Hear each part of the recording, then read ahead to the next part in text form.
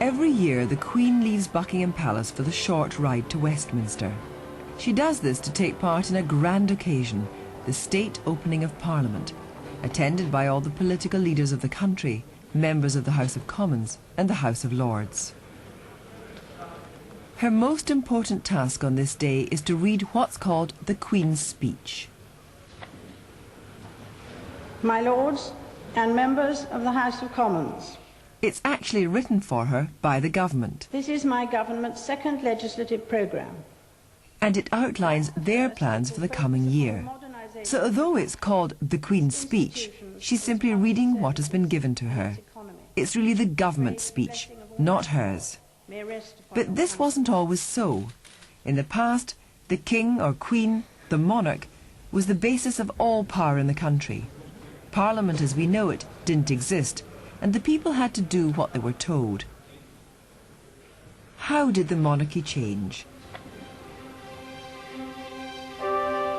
Some of the key turning points in the history of the monarchy happened in a 200-year period from the 16th to the 18th centuries. And they happened here at Hampton Court Palace on the banks of the River Thames, which was home to many English monarchs.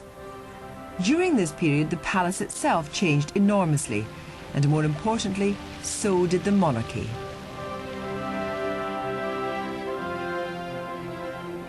To help us understand some of the most significant changes, we're going to travel back in time to look at 4 monarchs from that period. George II, William of Orange, Charles I, and Henry VIII.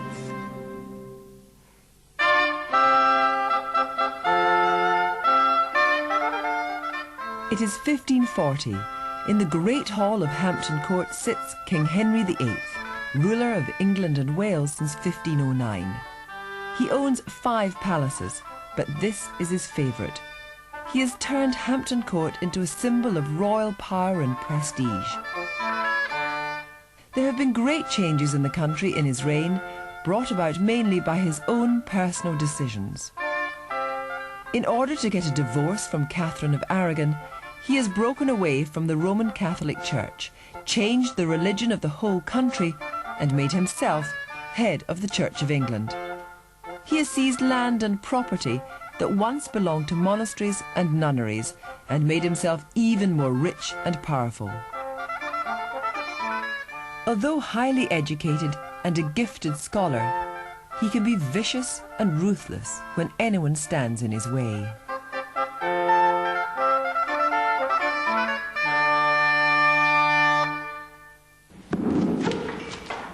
In one of the vast kitchens below the palace, servants are busy preparing dinner for the king's household. Is this a special occasion? No, this is just a normal day. Over 600 people attend on the king and his family. There are nearly 200 of us working in the kitchens, so there are always plenty of mouths to feed. But when the king has one of his grand feasts, then we're really busy. Upstairs in the palace, Thomas Cromwell, one of the most important members of this household, is on his way to see the king. Cromwell has been chief advisor to King Henry since 1532, when he brought a solution to the king's great matter, his divorce from Catherine of Aragon. But after 8 years of service and 3 more of Henry's marriages, he too has fallen out of favour. Mr. Cromwell, why is the king displeased with you? I arranged for the king to marry Anne of Cleves, daughter of the Protestant Duke of Cleves. I thought it would help forge a powerful new European alliance. The marriage failed. His Majesty blames me.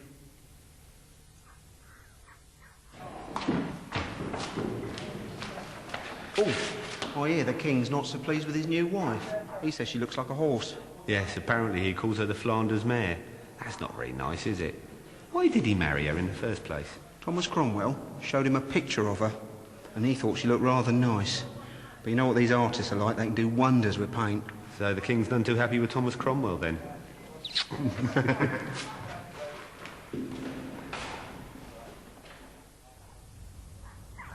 I have become the laughing stock of Europe, Cromwell. I'm abused by my own servants in my own house. And this, Master Cromwell, is all your doing. Get out of my sight. What will happen to him now, Your Majesty? He has undermined my authority, sought to promote his own schemes. He will be tried for treason. But with great respect, Your Majesty, in the course of your reign you've executed over 50 people, friends, servants and wives, anyone who stood in your way. Surely this is no way to govern a nation. I was put on this earth by God to rule this country. And no man, not even the Pope in Rome, has the authority to oppose me.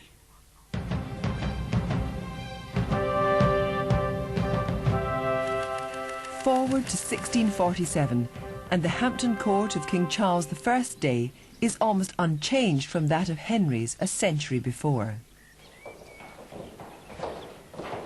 Charles shares many of King Henry's attitudes and principles, particularly about his divine right to govern.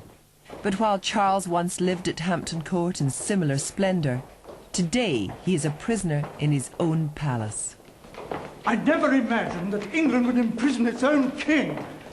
The country has been led astray by a pack of scoundrels. England has been divided by a bitter civil war between king and parliament that was sparked off by the king's desire to impose new taxes on the people. The royalists believe that King Charles I alone has the divine right and duty to rule the country. Those who are fighting against him refuse to accept that the king can do whatever he wants to. They believe that Parliament must have a say in how the country's run. The nation has gone mad. God has appointed me to rule this country. Parliament exists to carry out my policies, not to make decisions of their own and oppose my wishes. He doesn't seem to understand that time has moved on since King Henry's day. He speaks to us as though we know nothing. But now he is a prisoner here. He is Parliament's prisoner, and that means he is our prisoner. Whatever he thinks, we're not going back to the old days. We refuse to be ruled by tyrants. Government must be for the good and well-being of all the people.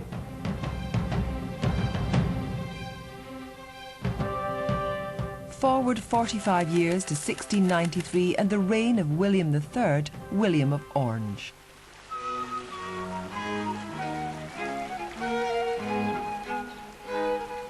William, a Dutch Protestant, and his wife Mary, who is the daughter of the previous king, James II, are fond of the fine things in life: music and dancing, art and architecture. William and Mary have made great changes to Hampton Court. They've added a whole new wing designed by the architect Christopher Wren. But despite this scene of order and control, William and Mary came to power through a revolution which threw out King James II, Mary's father. Did they lead the revolution against King James?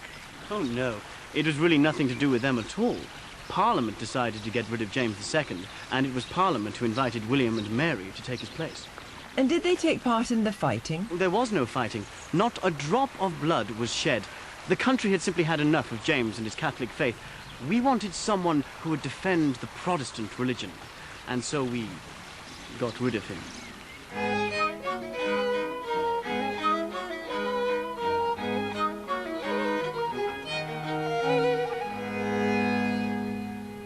It is now 1700, 6 years after the death of his wife Mary.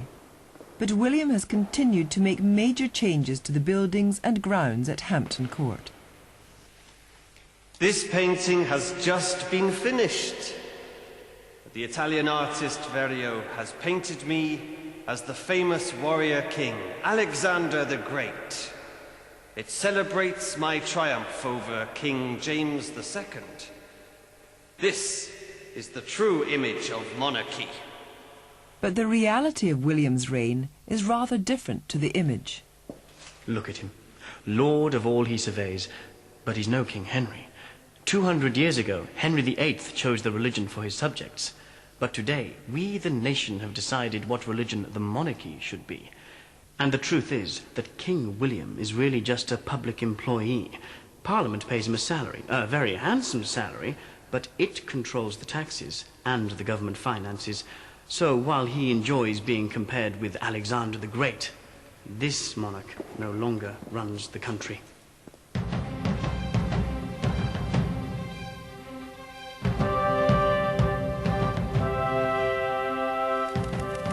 1737, and Hampton Court has become even more magnificent. New state apartments have been built and the whole place refurbished for King George II and Queen Caroline. George II is a German Protestant, Elector of Hanover, as was his father before him. You may go. He has just been visited by a group of politicians, and, as often happens, his wig bears the brunt of his anger and frustration. Ah! Parliament this! Parliament that! I have become a puppet, a marionette, a toy to be played with by these politicians. But, Your Majesty, you still appear to have a great deal of power. Can't you choose your own ministers? Only up to a point. If I want anything done, I have to choose someone who can make Parliament follow him. That means I have to ask his permission even to go to war. This is no way for a king to govern a country. Another old royal power has gone. In Britain, with the rise of parliamentary politics, the monarch is no longer allowed to lead his country into war. The pioneer of this new kind of government is Robert Walpole. He leads a team of ministers in what people are coming to call his cabinet. Walpole is Britain's first Prime Minister. Prime Minister Walpole, what have you done to upset the King? The King is a military man and a fine soldier, and he wishes to wage war upon France and upon Spain. His ideas do not sit well with ours, and we will not agree to them. But he will come round. What makes you so sure he'll come round to your way of thinking? He has very little choice in the end. The King is dependent upon Parliament for his finances, and we support him here at Hampton Court and at other royal palaces. In return, he and his family carry out civic duties. As I say, he will come round in the end.